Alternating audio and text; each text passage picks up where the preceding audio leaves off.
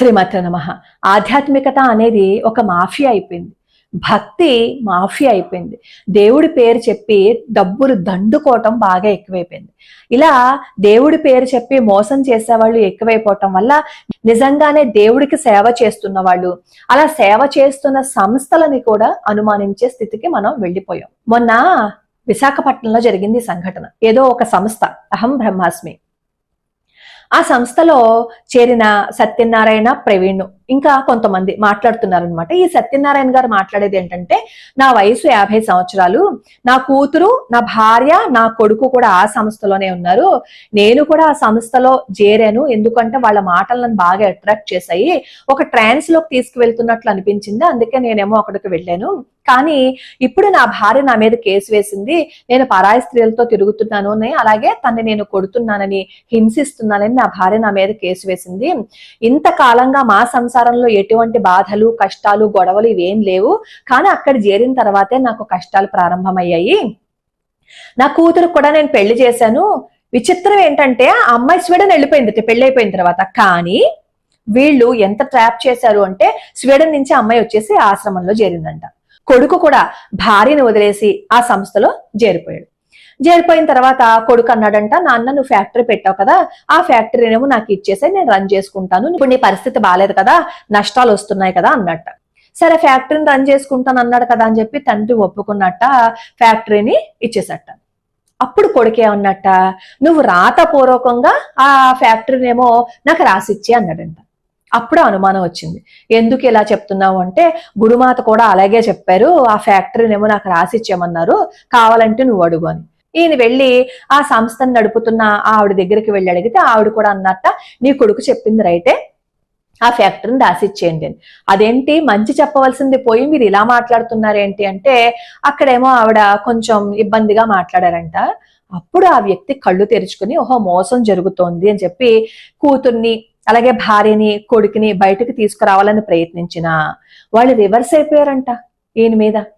ఆయన ఎంత బాధపడుతూ చెప్తున్నారో, ఇలాంటి వాళ్ళు నేను ఒక్కళ్ళనే కాదు, ప్రవీణ్ అనే అబ్బాయి కూడా ఉన్నాడు అని చెప్తే, ఆ ప్రవీణ్ అబ్బాయి చెప్తున్నాడు, నేనేమో ఇల్లు కూడా ఆ సంస్థకి ఇచ్చేసాను, నా భార్యను కూడా వదిలేసుకున్నాను, ఇలా ఆస్తిపాస్తులు ఆ సంస్థకి ఇచ్చేసిన వాళ్ళు ఎంతో మంది ఉన్నారు, కుటుంబాలని పోగొట్టుకుంటూ బంధాలను తెంచేసుకుంటూ ఆ సంస్థలో చేరిపోతున్నారు అని.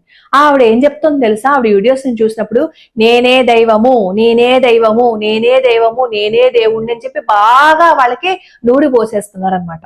అలా నూరి పోసేసి ఈ మంచి చెడుల గురించి కొంత చెప్పటం వల్ల అట్రాక్ట్ అయిపోతారు కదా.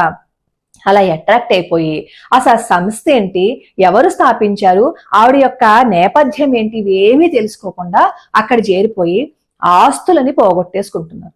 ఇలాంటి సంస్థలు ఇది ఒకటే కాదు, చాలా ఉన్నాయి. చాలా మంది ఏం చేస్తున్నారు అంటే, వాళ్ళ యొక్క కుటుంబ పరిస్థితిని, వాళ్ళ కష్టాన్ని పోగొడతారేమో అని చెప్పి పాపం అలాంటి స్థలాలకి వెళ్తున్నారు. కష్టాన్ని పోగొట్టుకోవటం మాట అటుంచి వాళ్ళు ఎన్నో పోగొట్టేసుకుని ఆ తర్వాత బయటపడి బాధపడుతున్నారు. ఈ లోపు జరగవలసిందంతా జరిగిపోతుంది కదా. వెంటనే మన వాళ్ళు అంటారు, అవును అందుకే హిందూ మతం నుంచి మారిపోతున్నారు పక్క మతానికి అని. ఇలాంటివి ఒక్క హిందూ మతంలో మాత్రమే కాదు, పరాయి మతస్థుల్లో కూడా ఉన్నాయి. నిన్న ఒక న్యూస్ మీరు చూసుంటారు, ఆ అమ్మాయికి 6 ఏళ్ళు బ్రెయిన్ ట్యూమర్ వచ్చిందట. బ్రెయిన్ ట్యూమర్ వస్తేనేమో డాక్టర్స్ ఏమో చాలా ఖర్చు అవుతుంది, చాలా ఖర్చు పెట్టాలి అని చెప్పినప్పుడు ఆ అమ్మాయి తల్లిదండ్రులు ఏం చేశారు అంటే, అంత డబ్బులు పెట్టే స్తోమత లేక ప్రార్థన చేయించమని చెప్పారట. అక్కడ ఉన్న వాళ్ళు కూడా ప్రార్థన చేస్తే ఏమైపోతుంది అని అన్నట్ట. ఒక 40 రోజుల పాటు ప్రార్థన చేశారట. ఆ అమ్మాయి నిన్న ప్రాణాలు పోగొట్టేసుకుంది. అంటే ట్రీట్మెంట్ ఇవ్వకుండా ఈ ప్రార్థన మాత్రమే చేయించడం వల్ల ప్రాణాలు పోవా చెప్పండి. మనం ఏదైనా సరే ఒకరికి చెప్తున్నాము అంటే ట్రీట్మెంట్ తీసుకుంటూ అప్పుడు మీరు భగవత్ అనుగ్రహం కోసం ప్రయత్నించాలి తప్ప, ట్రీట్మెంట్ ను పూర్తిగా వదిలేసి మా దగ్గరకు తీసుకొచ్చేయండి, మేము ప్రార్థన చేసేసి తలకి నూనె రాసేస్తే సరిపోతుంది అనే వాళ్ళని నమ్మకండి. ఇది ఒక మతంలో మాత్రమే కాదు, అన్ని మతాల్లోనూ ఉన్నారు ఇలా మోసం చేసేవాళ్ళు. జాగ్రత్తగా ఉండండి.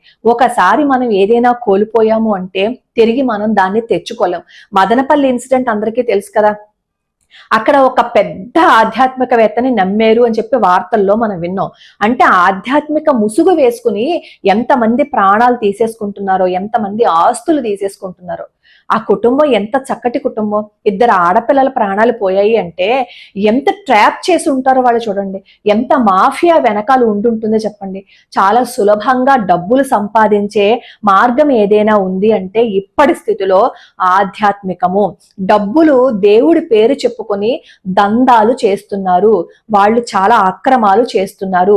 ఇలాంటి పిచ్చి పిచ్చి సంస్థలని మీరు నమ్మద్దు. నమ్మి ధనమాన ప్రాణాలు పోగొట్టుకోకండి. భగవంతుడి పాదాలు పట్టుకోండి. ఇలాంటి వాళ్ళ వల్ల పరమాచార్య స్వామి వారిని కూడా నిందించేస్తున్నారు. అలాంటి స్థితికి మనం వెళ్తున్నాం. పరమాచార్య స్వామి వారు ఎక్కడ ఈ భగవద్భక్తులందరూ వాళ్ళందరితో ఈ పిచ్చి పిచ్చి సంస్థలని పుట్టగొడుగుల్లా పట్టుకొస్తున్న సంస్థలన్నింటినీ కలిపేసి గొప్ప గొప్ప వాళ్ళందరినీ కూడా ఇలాంటి పుట్టగొడుగుల స్థాయికి తీసుకెళ్తున్నాం. మీకు ఏదైనా చెయ్యాలి అని అనుకుంటే, ఒకవేళ అలాంటి సంస్థల్లోకే మీరు వెళ్ళారు అని అనుకోండి, నమస్కారం పెట్టుకుని బయటికి వచ్చేయండి. వాళ్ళు ఏదైనా చెప్పారనుకోండి, గుడ్డెద్దు చేలో పడ్డట్టు వాటిని మీరు ప్రామాణికంగా తీసుకుని ఎప్పుడు పాటించకండి. ఆలోచించండి. మీకంటూ ఒక బుర్ర ఒకటి ఉంది కదా, మనకి కష్టం వచ్చినప్పుడు, మనకి సంతోషం ఉన్నప్పుడు మనం ఏది ఆలోచించాం, మన బుర్ర సరిగ్గా పనిచేయదు. అప్పుడు చాలా స్పీడ్గా డెసిషన్స్ తీసుకుంటాం.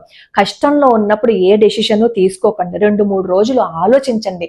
ఆలోచించి నిజంగానే ఈ సంస్థ వల్ల మనకి ఏదైనా ఉపయోగం ఉందా, మనకి మంచి చేస్తుందా అని వాకబు చేసుకోండి. ఎవరైనా సరే మన జీవితంలోకి వచ్చి మీకు మంచి చేస్తామని చెప్పి ఉచిత సలహాలు ఇస్తున్నారు అని అనుకోండి, వాళ్ళని దయచేసి నమ్మకండి.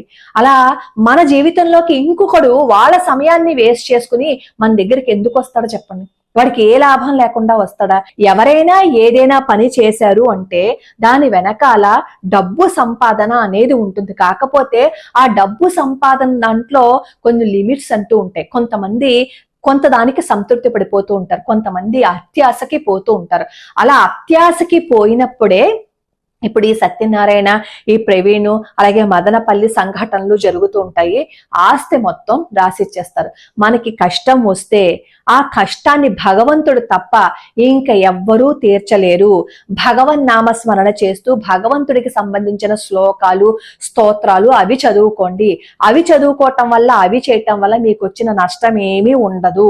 కాబట్టి ఇలాంటి సంస్థలను నమ్మి ఆ తర్వాత బాధపడే కంటే కూడా వాటి జోలికి వెళ్ళకండి. లోకా సమస్తా సుఖినో భవంతు, సర్వే జనా సుఖినో భవంతు.